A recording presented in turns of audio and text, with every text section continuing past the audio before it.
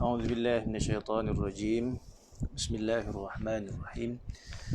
السلام عليكم ورحمة الله وبركاته.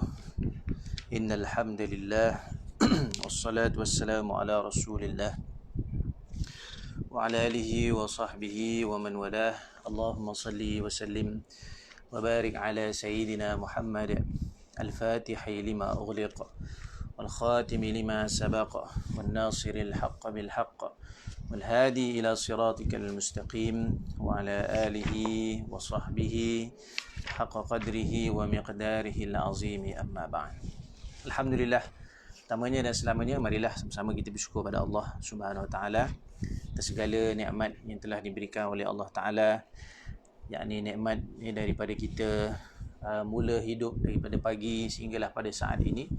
Alhamdulillah, kita masih lagi dalam nikmat Allah Subhanahu Wa Taala yang paling besar, yang selayaknya kita syukuri adalah nikmat iman dan Islam, nikmat nyawa dan nafas, seterusnya diberikan kesihatan yang baik. Alhamdulillah. InsyaAllah pada siri kali ini, siri yang ke-13, insyaAllah kita akan menyambung kembali pengajian kitab Bidayatul Hidayah karangan Al-Imam Ghazali rahimahullah ta'ala pada membicarakan adab-adab salat berjamaah, ya, adabul imamati wal qudwati, adab mengikut adab seorang imam ataupun menjadi imam dan juga qudwah, yakni makmumnya. InsyaAllah kita mulakan dengan bacaan doa, mudah-mudahan diberi kefahaman, kekuatan dan istiqamah dalam kita mengamalkan ilmu ni insyaAllah. Bismillahirrahmanirrahim. Nawaina ta'alluma wa ta'lim والتذكر والتذكير والنفع والانتفاع والإفادة والاستفادة والحث على التمسك بكتاب الله وسنة رسوله والدعاء إلى الهدى والدلالة على الخير ابتغاء وجه الله ومرضاته وقربه وثوابه. اللهم أمين. اللهم ارزقنا هداية للصواب وصدقا في القول وإخلاصا في النية والأعمال. Dengan sanad bersambung kepada imam kita, Imam Ghazali rahimahullah ta'ala, kita memulakan pembacaan kitab kita ini. Sambungan daripada adab sebelum ini, yakni adab menunaikan solat. Jadi kita dah belajar dah sebelum ni berkenaan dengan adab-adab melaksanakan solat secara munfarid, secara individu. Jadi setiap perlakuan, perbuatan dalam kehidupan kita ini jika disertai dengan adab-adab. Maksud adab itu, kata guru, adalah akhlak bagi hati. Akhlak bagi hati. Maknanya kita solat tidak sekadar gerakkan tubuh badan, bahkan solat juga adalah solat dengan hati. Sebab itu ulama-ulama ketika mana menyatakan perbuatan solat, ulama tidak mengatakan melakukan solat, tetapi disebut mendirikan solat. Kerana bila mana kita mendirikan solat, bukan sahaja ketika solat kita melaksanakan solat, akan tetapi kita mendirikan solat di dalam hati kita. Khususnya di dalam hati kita. Kita dirikan solat itu sehingga seseorang apabila keluar daripada solat, maka membawa akhlak solat itu keluar daripada solat. Inilah hakikat solat yang sebenarnya, iaitu berakhlak, berakhlak di luar solat seperti mana akhlak kita di dalam solat. Jadi kita nak sentuh pada malam ini tajuk bagaimana ada adab ketika mana kita solat berjamaah, adabul imamati wal qudwah, ataupun boleh dibaca wal qidwah, boleh dibaca dua, wal qudwah wal qidwah. Jadi Allahumma salli ala Sayyidina Muhammad. Pertama, kata muallif rahimahullah, sebaik-baiknya bagi seorang imam itu bahawa ia meringkaskan sembahyangnya. Meringkaskan sembahyangnya. Ay yukhaffifas salata, iaitu meringkaskan solat. Meringkaskan solat, memudahkan, dalam arti kata bagi seorang imam apabila dia nak solat, maknanya bila mana dia di masjid ataupun di surau, maka hendaklah ia melihat kepada siapa yang paling lemah dalam jamaahnya. Ada orang tua contoh dia, ataupun ada kanak-kanak, ada orang yang kita panggil mempunyai hajat, maka hendaklah didahulukan, diutamakan. Maknanya dengan meringkaskan solat. Dalam hal ini Anas bin Malik radhiyallahu anhu berkata aku tidak pernah salat, aku tidak pernah bersembahyang, ma sallaitu khalfa ahadin salatan akhaffa wa la atamma min salati Rasulillah sallallahu alaihi wasallam. Maknanya tidak ada solat yang seringkas ataupun sesempurna yang dilakukan melainkan yang pernah diikuti oleh Anas bin Malik, iaitu di belakang baginda Nabi sallallahu alaihi wasallam. Jadi kalau kita rujuk dalam kitab Ihya Ulumuddin, itu ada kisah bagaimana Sayyidina Anas ini yang Allah Taala bagi umur yang panjang sempat hidup sehingga kepada khalifah Sayyidina Umar Abdul Aziz, ya. Jadi pernah beliau solat di belakang beliau, di belakang Sayyidina Umar Abdul Aziz. Sayyidina Umar Abdul Aziz ni adalah keturunan daripada Sayyidina Umar Al-Khattab radhiyallahu anhu melalui anaknya Sayyidina Abdullah ibnu Umar, dan juga akhirnya di zaman dinasti Umayyah, maknanya sempat ada di kalangan para sahabat ini menyaksikan khalifah-khalifah yang soleh seperti Sayyidina Umar Abdul Aziz. Jadi Sayyidina Anas bin Malik radhiyallahu an mengatakan aku tidak pernah solat, maknanya di belakang imam ini, maknanya yang semacam dengan Rasulullah sallallahu alaihi wasallam seperti mana solatnya Sayyidina Umar Abdul Aziz radhiyallahu an. Maknanya ya, adab bila kita nak jadi imam ini, yang paling utama adalah kita melihat kepada keadaan makmum itu sendiri. Itu yang paling afdal. Yang kedua, janganlah imam memulakan dengan takbiratul ihram sebelum muazzin selesai daripada iqamatnya dan sebelum saf dibetulkan. Maknanya ya, yang paling bagus apabila hendak solat, maknanya Bilal ataupun muazzin hendaklah melihat keadaan ataupun dipanggil istiadat, persediaan bagi makmum itu untuk solat. Sebab itu kalau kita di Malaysia ni khususnya, kita lihat kalau contoh nak bila nak mulakan solat berjamaah, maka makmum ataupun muazzin ataupun Bilal akan memberikan masa, maknanya lepas azan tu lebih kurang dalam 10 minit ataupun 7 minit bagi kita melaksanakan solat qabliyah. Kemudian sunnah bagi muazzin ataupun Bilal ni untuk dia lihat keadaan makmum, adakah sudah bersedia untuk melaksanakan solat ataupun sebaliknya. Maka bila ramai dah sedia, maka ketika itulah disunnahkan untuk memulakan iqamah. Jadi bagi imam tidak memulakan takbir dulu sebelum muazzin melaksanakan iqamahnya. Baik. Dan juga sebelum saf dibetulkan. Maknanya imam setelah dia menunggu muazzin selesai daripada qamat, ya, kemudian membetulkan apa? Membetulkan saf. Maka elok ataupun digalakkan bagi imam untuk dia menoleh yaminan wa shimalan, untuk dia tengok kiri ke kanan, ya, supaya membetulkan saf. Maka bila mana dia melihat khalal ataupun kecelaruan dalam saf, contohnya tak lurus dan sebagainya, maka eloklah dia memerintahkan supaya meluruskan saf itu. Ini penting, kerana dengan lurusnya saf ini disebut dalam mafhum hadis bahawa dengan lurusnya saf maka akan meluruskan hati.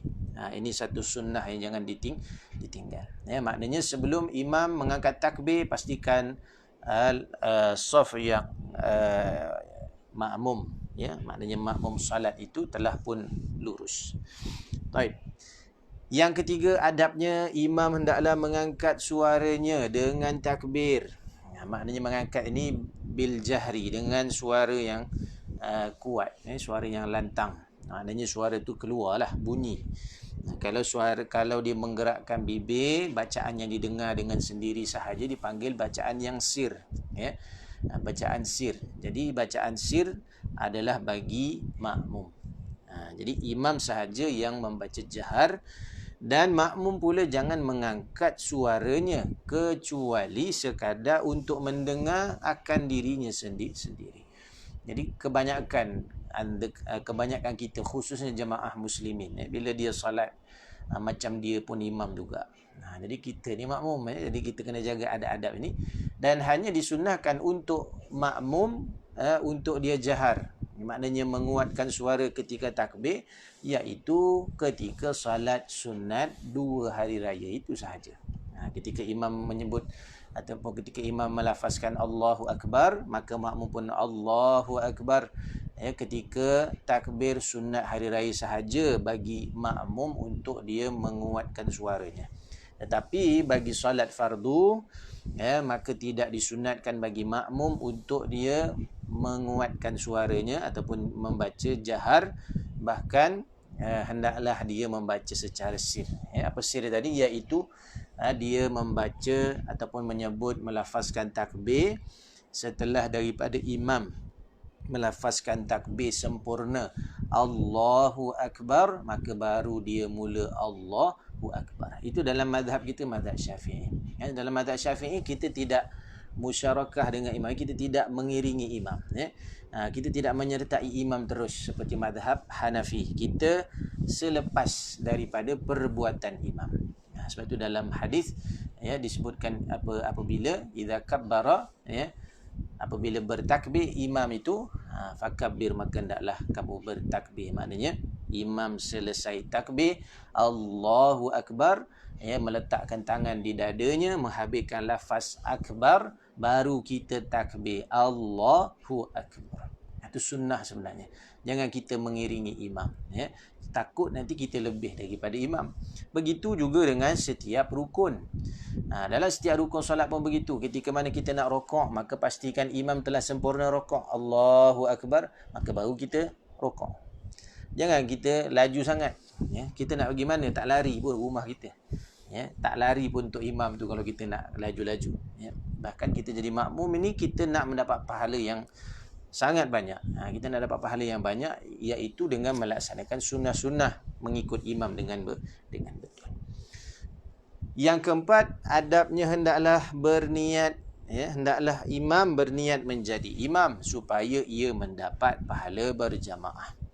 Jadi bagi imam perlulah dia niat menjadi imam. Niat imam menjadi imam. Kalau dia niat sembahyang sendiri, tidak berniat imaman, maka dia tidak menjadi imam. Dan begitu juga makmum di belakang berniat mengikut imam, maka sah sembahyang sekalian makmum dan mereka mendapat pahala berjamaah.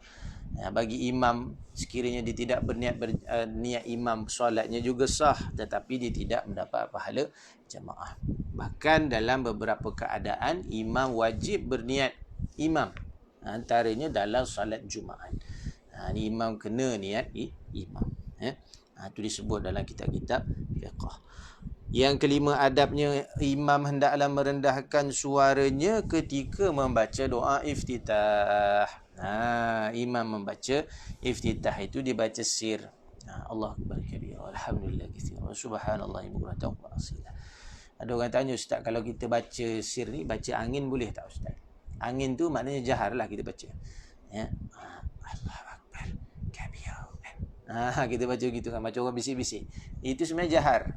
Jadi bacaan sir itu maknanya memadai kita merasai kita membaca, dan maknanya dengar dengan telinga sendiri. Sebenarnya bacaan sir tu bacaan yang agak perlahan. Dia tidaklah kuat.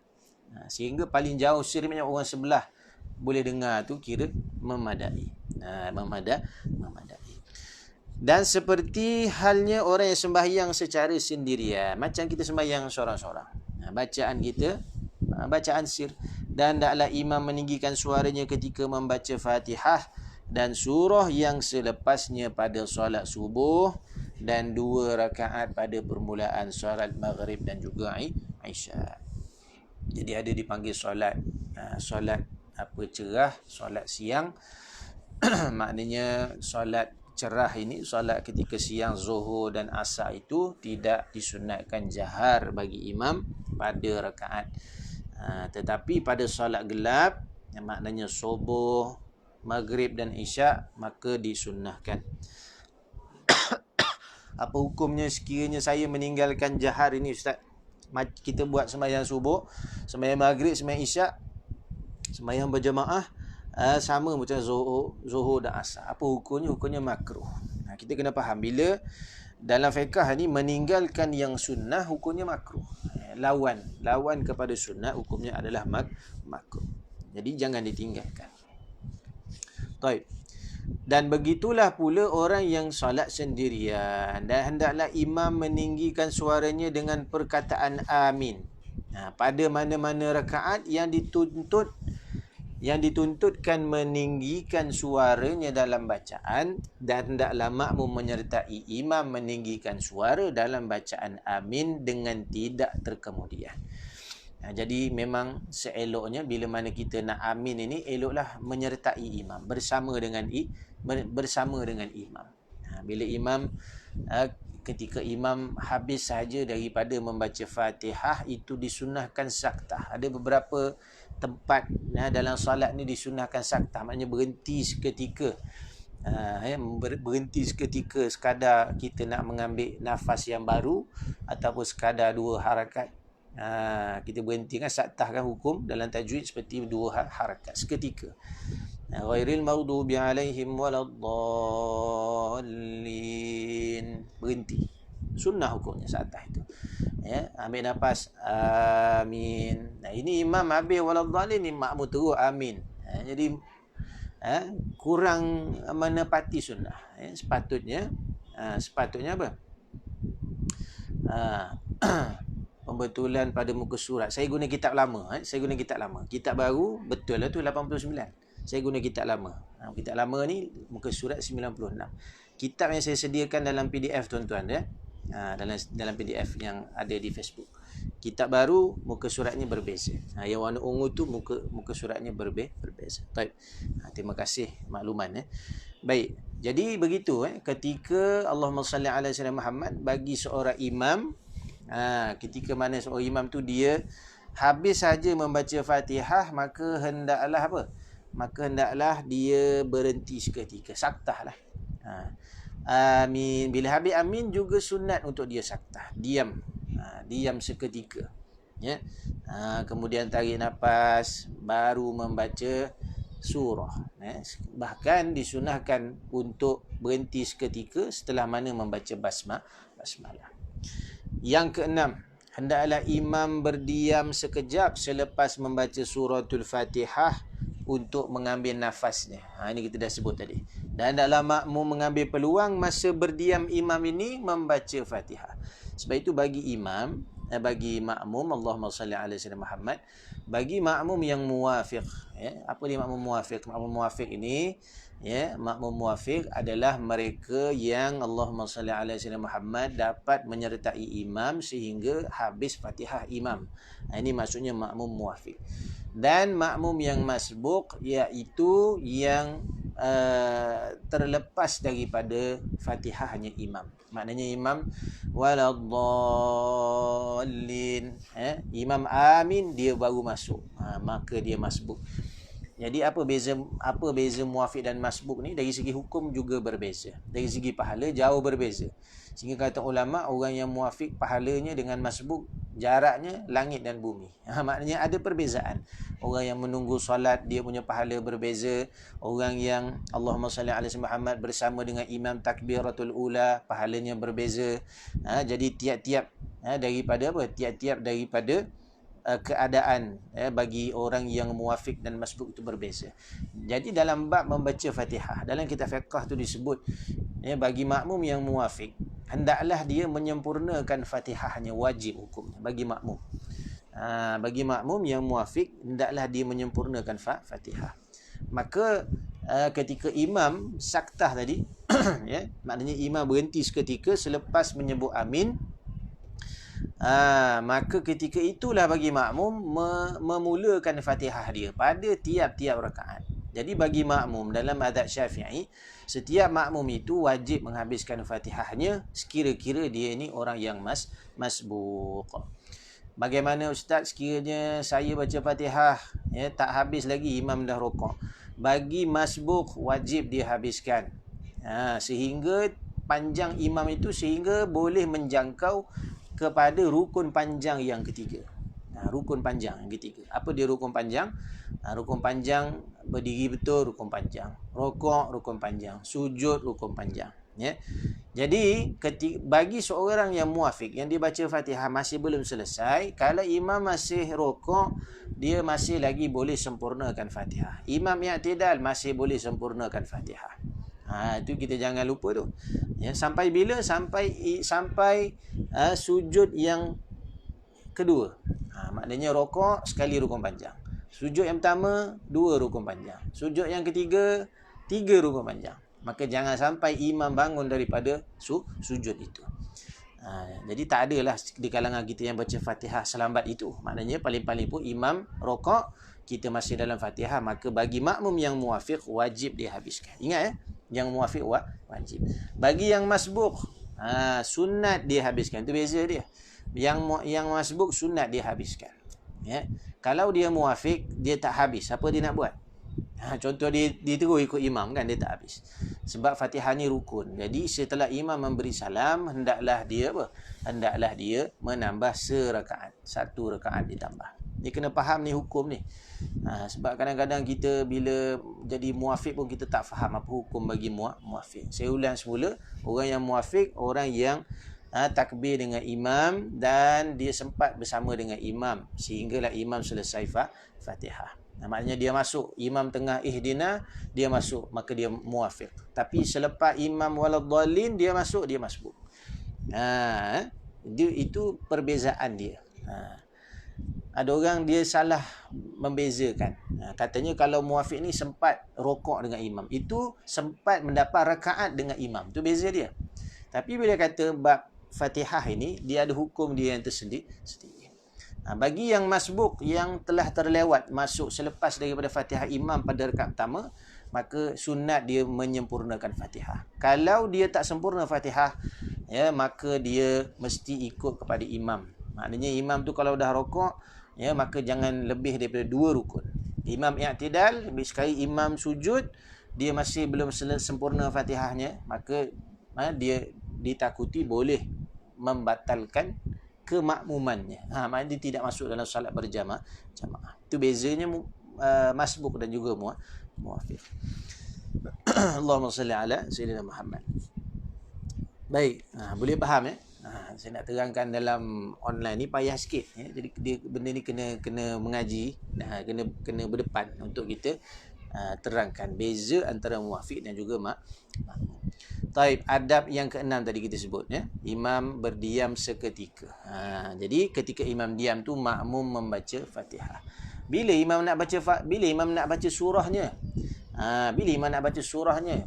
Maknanya elok kadarnya untuk imam memulakan surah setelah Fatihah itu adalah kira-kira makmum telah membaca separuh daripada Fatihah. Itu sunnah sebenarnya. Sebab tu bila kita solat dalam keadaan begitu, imam insya-Allah makmum akan sempurna semua Fatihah. Sebab imam dia melambatkan sedikit membaca surah. Jadi bila kita terlalu laju jadi imam, ya, maka makmum tidak berpeluang untuk menyempurnakan Fatihah. Bahkan bagi yang muafiq pula menjadi kesusahan kepada dia untuk menyempurnakan Fatihah. Jadi kita pula jadi makmum jangan baca Fatihah lambat-lambat. Kita bacalah sekadar yang maknanya membetuli tajwid dan juga tartilnya. Taib yang ketujuh hendaklah imam jangan membaca tasbih rokok dan sujud lebih daripada 3 kali. Ni kita kena faham. Bila solat berjemaah, jangan kita panjang-panjang macam sembahyang sendiri. Kita baca subhana rabbiyal azimi, jadi imam kita baca 10 kali contoh. Tidak disunnahkan. Sunnah 3 saja paling banyak. Sebab kita nak segera. Bila kata segera ni bukan maksud kita sembahyang laju-laju, tidak. Kita solat dengan penuh tamak ni. Sebab itu bila Nabi SAW dikatakan dalam riwayat baginda bila solat dalam keadaan yang ringkas itu, apa yang Nabi baca? Yang Nabi baca apa? Maknanya Nabi membaca, contoh dia dalam waktu zuhur Nabi membaca bitwalil mufassal. Nabi membaca dengan surah-surah tuwalil mufassal. Maknanya surah-surah yang kita sebut lebih kurang dalam dalam 40 ayat lebih kurang gitu. Dia baca sendirilah sebab sembahyang zuhur kan. Tapi bila mana Nabi SAW solat yang lain, contoh dia solat maghrib, bila Nabi solat asar, solat zuhur, Nabi baca tuwal mufassal lebih kurang dalam 30 ayat. Ya. Bila Nabi solat maghrib, Nabi baca awakhir mufassal. Masuk awakhir mufassal tu surah yang pendek. Nabi baca surah yang pendek. Nah, amai tasa'alun ke ataupun wadduha sampailah qul a'udzu birabbin binnas. Kerana bersesuaian dengan waktunya. Inilah dipanggil sebagai kebijaksanaan menjadi imam.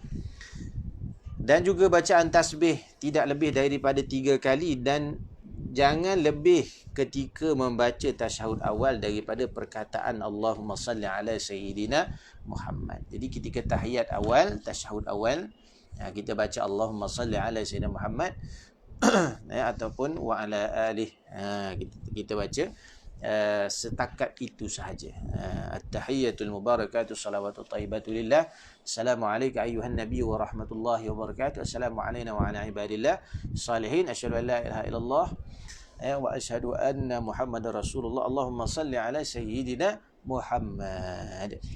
Setengah ulama kata memadai sekadar itu seperti mana yang disebut dalam kitab ini, maka segera untuk kita bangkit kepada rakaat yang ketiga. Ya. Itu kena jelas tu. Jadi tahiyat awal ni merupakan rukun yang pendek. Ya. Yang ke-8 sunat, hendaklah imam jangan membaca selain daripada surah Fatihah pada 2 rakaat terakhir. Pada 2 rakaat terakhir. Sebab tu salat ini yang paling afdal, semakin bertambah rakaat semakin pendek.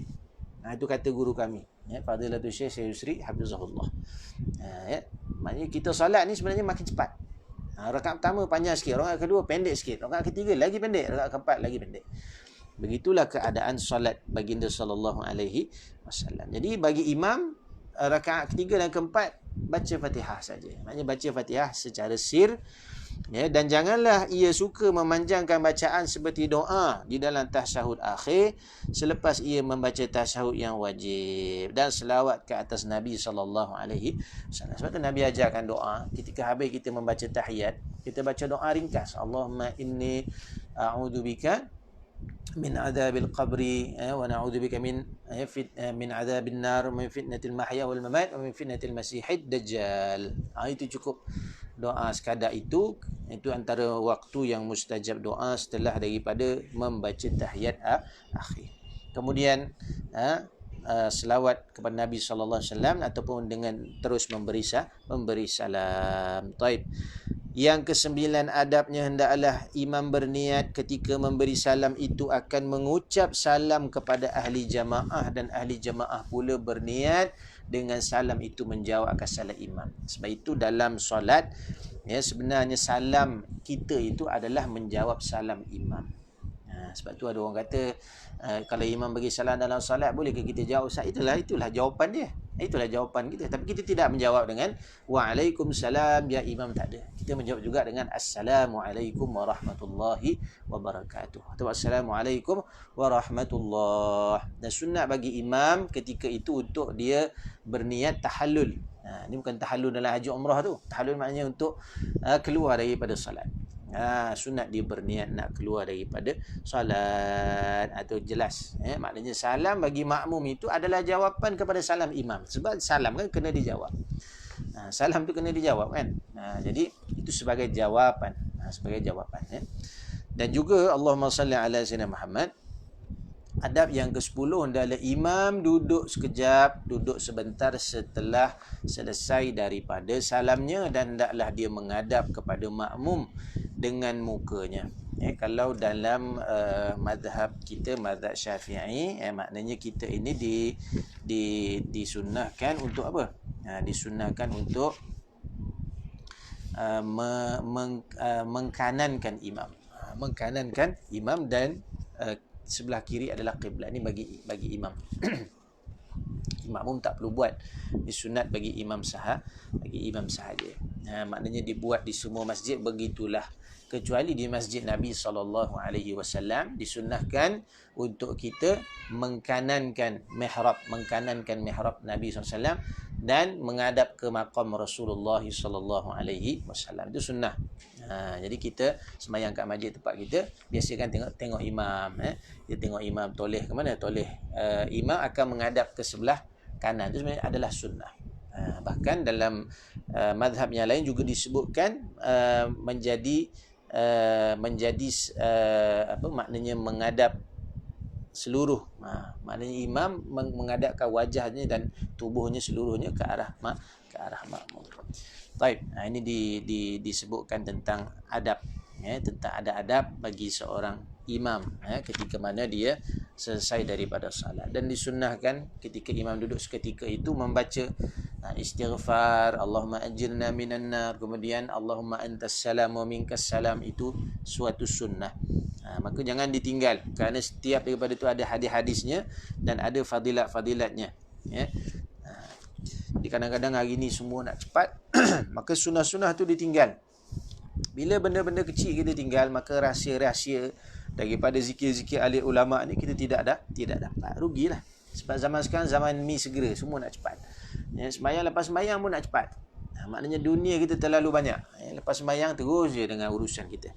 Memanglah urusan kita penting, tetapi jangan sampai kita meninggalkan kelaziman, terutamanya lah penuntut-penuntut ilmu. Jangan sampai kita meninggalkan kelaziman bagi alim ulama, kerana itu akan mengurangi himmah kita dalam menunaikan ibadah. Baik. Adab yang ke-11, janganlah imam mengkhususkan dirinya ketika membaca qunut. Maka baca qunut jangan baca Allahumma hdini fi man hadai, baca Allahumma hdina. Menunjukkan kepada Allahumma hdina itu maknanya, ya Allah berilah hidayah kepada kami, petunjuk kepada kami.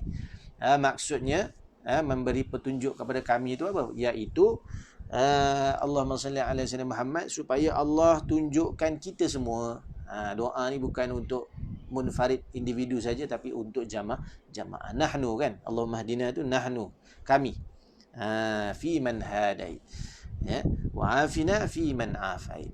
Berilah kami sihat seperti mana orang yang kau sihatkan, wa tawallana fi man tawallait ila akhirih. Dan hendaklah imam meninggikan suaranya dengan qunut, dan para makmum hendaklah mengaminkannya di belakang. Allahumma hdina fi man hadait, Allahumma hdina fi man hadait wa afina fi man afain. Kita pun amin, kan?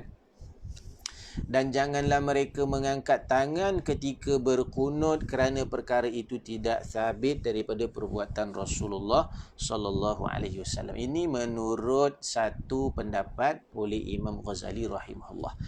Akan tetapi pendapat yang kuat dalam mazhab kita, iaitu disunnahkan untuk kita mengangkat tangan ketika qunut.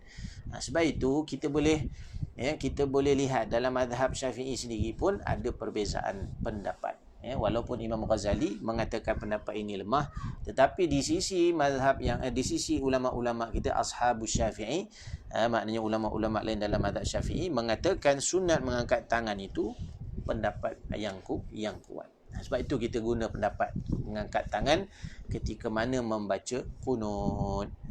Angkat tangan, jangan malu-malu, kan?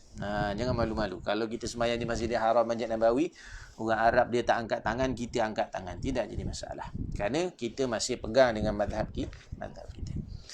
Taib. Kalau saya tak nak angkat, Ustaz, tak nak angkat sudah. Jangan salahkan orang, sebab ulama berbeza pendapat. Taib. Kemudian para makmum hendaklah meneruskan bacaannya sendiri. Lafaz kunut ada yang kita perlu baca sendiri ketika mana sampai fa innaka taqdi wa la yuqda alai. Itu baca sendirilah. Ada kadang-kadang imam pun baca terus sampai habis.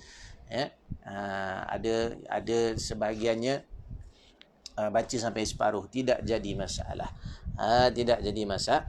Yang penting baca kunut. Dalam mazhab Syafi'i sunnah kita baca kunut pada setiap daripada subuh. Baik. Yang ke-13, ini bagi makmum. Minta maaf. Adab yang ke-12, janganlah makmum berdiri sendirian di belakang saf, tapi hendaklah dia masuk ke dalam saf ataupun menarik seorang makmum. Contoh dia sembahyang seorang-seorang di belakang. Sembahyang seorang-seorang di belakang. Jadi macam mana Ustaz, saya tak ada jamaah? Sip orang depan, tepuk bahu dia, maka dia akan faham orang tu akan ke belakang. Sebab tu hukum berjamaah ni, imam makmum semua dekat masjid, semua makmum kena mengaji. Jadi ada orang tak tahu, dia seorang-seorang aja. Sekiranya dia menyangka akan ada orang solat, maka dia boleh tunggu. Macam mana menyangka ni? Maksudnya zan. Contohnya dia dengar ada orang ambil wuduk contohnya, ataupun dia datang dia tengok ada orang lagi masih keluar kereta nak ambil wuduk, maka dia tahu dia akan ada orang yang akan memenuhi saf tu. Tapi kalau dia yakin tak ada orang, dia datang, maka hendaklah dia ambil orang depan, tarik ataupun minta dia save dia untuk ke belakang menjadi makmum dia. Jangan pula orang tu ke belakang, kamu pula masuk ke depan. Jadi tak betul. Jadi kita berdiri sekali lah di situ. Untuk apa? Untuk mendapatkan saf. Untuk mendapatkan pahala saf. Yang ke-13, janganlah makmum itu mendahului imamnya pada perbuatan. Jangan mendahului ataupun menyamainya pun makruh hukumnya menyamai. Bahkan taklah ia terkemudian daripada imamnya, maka janganlah makmum rokok sebelum imam sampai kepada had rokok. Dan janganlah makmum turun sujud sebelum dahi imam tercacak. Bahasanya tercacak di sini. Maksudnya sebelum imam tamkin pada rokoknya. Maknanya mantap rokoknya. Jadi minta maaf sujudnya. Bila mana kita bangkit daripada rokok, sami Allahu liman hamidah, imam pun sujud Allahu Akbar, kita sunat kita menyaksikan imam tu dah sujud, baru kita Allahu Akbar. Ini dalam mazhab Syafi'i. Jadi sebab itu jangan kita tinggalkan kesunahan ini supaya kita dapat apa? Supaya kita dapat Allahumma salli ala sayyidina Muhammad, kita mendapat pahala kesunahan yang sempurna dalam solat berjamaah. Jadi ini 13 adab yang secara ringkas saya fikir bermanfaat untuk diri saya dan kita semua. InsyaAllah nanti kita akan bincang lagi, insyaAllah panjang umur rezeki pada hari Ahad ini tentang adab-adab yang lain. Sebenarnya banyak kitab-kitab yang menyatakan tentang bab solat berjamaah ini. Tuan-tuan boleh beli kitab Al-Fadil guru kita, Ustaz Hazri bin Dani, Ustaz Muhadir Haji Jol, dan ramai lagi lah guru-guru kita yang dah memudahkan untuk orang-orang awam mempelajari adab-adab ataupun faedah-faedah daripada solat berjamaah. Jadi insya-Allah kita sambung lagi pada hari Ahad. Terima kasih yang menyertai pada malam ini. Mudah-mudahan Allah Taala segera menjadikan Allah Taala jadikan perkara ini sebagai asbab untuk Allah Taala angkat wabak COVID-19 insya-Allah. Sekadar itu, mohon maaf segala kekurangan yang baik daripada Allah. Kurang dan lemah ini itu datang kekurangan di saya sendiri. Wa'afu minkum. Assalamualaikum warahmatullahi wabarakatuh.